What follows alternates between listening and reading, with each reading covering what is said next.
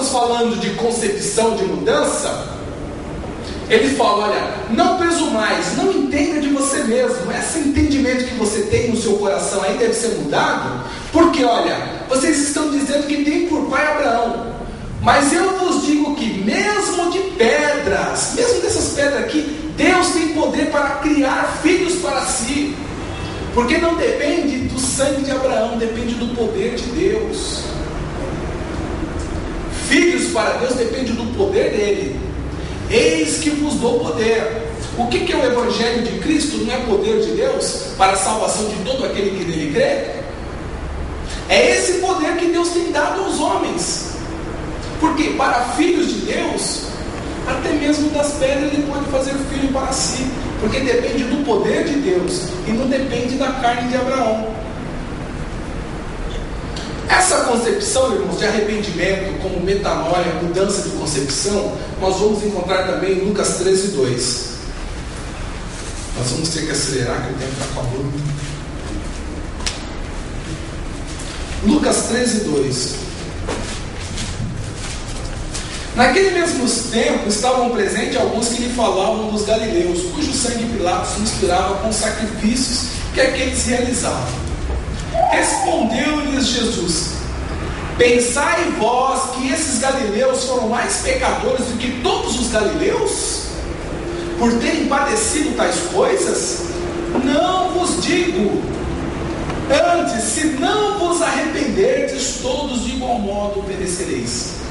O que nós temos aqui? O que Jesus está nos demonstrando? Olha, você está achando que os galileus morreram, que pereceram, simplesmente porque eles eram galileus e não eram judeus? Vocês estão enganados.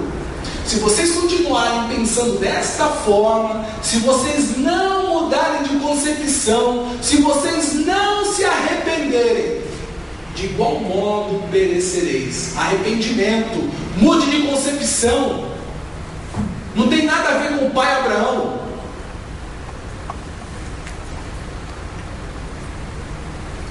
Ou aquele 18 sobre os quais caiu a torre de Siloé e os matou? Pensais que foram mais culpados do que todos os outros habitantes de Jerusalém?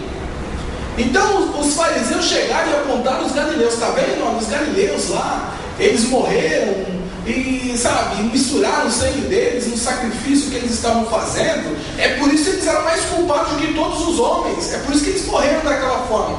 Jesus falou: não, se vocês não se arrependerem, pensando que só porque vocês são judeus, de igual modo vocês vão perecer, igualzinho a eles, vão para o mesmo lugar. Olha, mas se vocês se esqueceram de um evento, teve uma torre de Siloé que caiu aqui em Jerusalém e matou 18 judeus. E eles pereceram. Digo a vocês, se vocês não se arrependerem, vocês vão ter o mesmo fim que eles.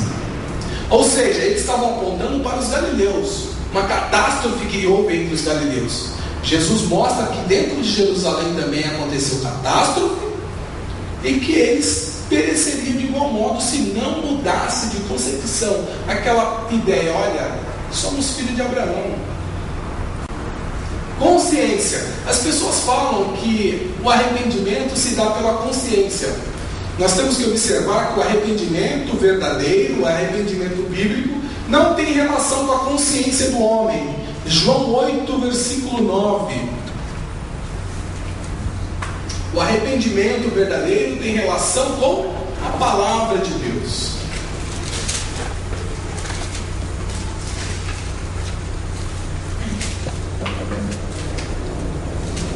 Como insistiram na pergunta, ele se endireitou e disse: aquele que dentre vós está sem pecado, seja o primeiro a atirar uma pedra. Inclinando-se novamente, escrevia na terra. Quando ouviram isto, foram se retirando um a um, a começar pelos mais velhos, até que ficou só Jesus e a mulher no meio onde estava. Jesus endireitou-se e disse: mulher, onde estão eles? Ninguém te condenou? Respondeu ela: ninguém, Senhor. Disse Jesus: nem eu também te condeno.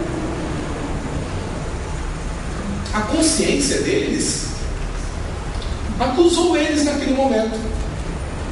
Eles se arrependeram daquilo que estavam intentando contra a mulher.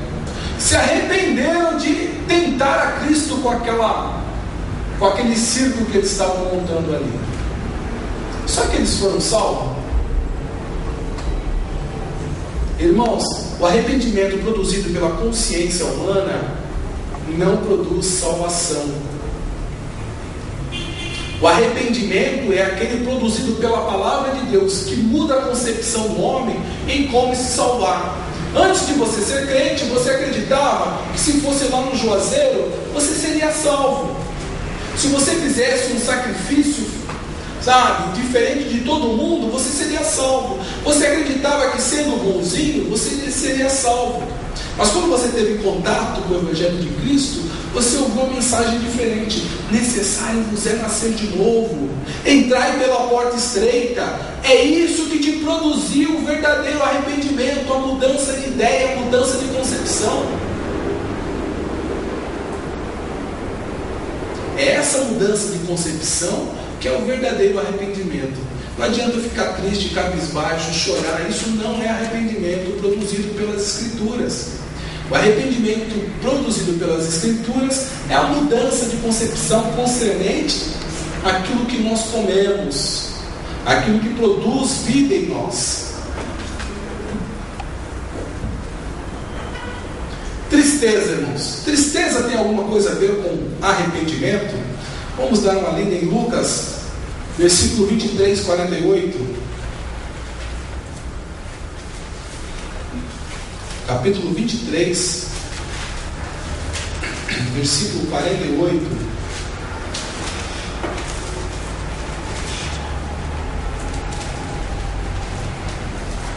O centurião, vendo o que tinha acontecido, deu glória a Deus e disse: na verdade, este homem era justo. Todas as multidões reunidas para este espetáculo, vendo o que havia acontecido, voltaram batendo no peito. Entretanto, todos os seus conhecidos e as mulheres que o haviam seguido desde a Galiléia estavam de longe contemplando estas coisas. Quando aquela multidão acabou de ver o espetáculo que era a crucificação de Jesus, eles olharam aquele espetáculo e quando viram que Jesus morreu e que aconteceu um monte de eventos, as pedras, tremor, aquele movimento dos firmamentos, as pessoas saíram de lá batendo no peito. Mas essa tristeza produzida por aquele quadro momentâneo é o verdadeiro arrependimento? Quando as pessoas vão lá no cinema e assistem o filme do Mel Gibson lá, Jesus sendo espancado e tal, é aquela tristeza momentânea que produz o verdadeiro arrependimento? Quando as pessoas vão lá no cinema e veem o filme do Mel Gibson, eles só veem um homem sofrendo, um homem justo sofrendo. Isso não justifica o homem, irmãos. Porque quando a pessoa olha para Cristo, ele tem que ver a salvação de Deus dada aos homens. Eles têm que ver a justiça de Deus sendo concedida aos homens. Ver o sofrimento de um justo só aumenta questionamentos. Por que o justo sofre? Por que o justo passa por tantas agruras nessa vida? Mas quando você olha para Cristo, o Cristo da Bíblia, você vai ver a justiça de Deus sendo dada aos homens. Olha, tem uma concepção totalmente diferente. Cristo sendo ofertado na cruz é a nossa alegria, não é motivo de tristeza.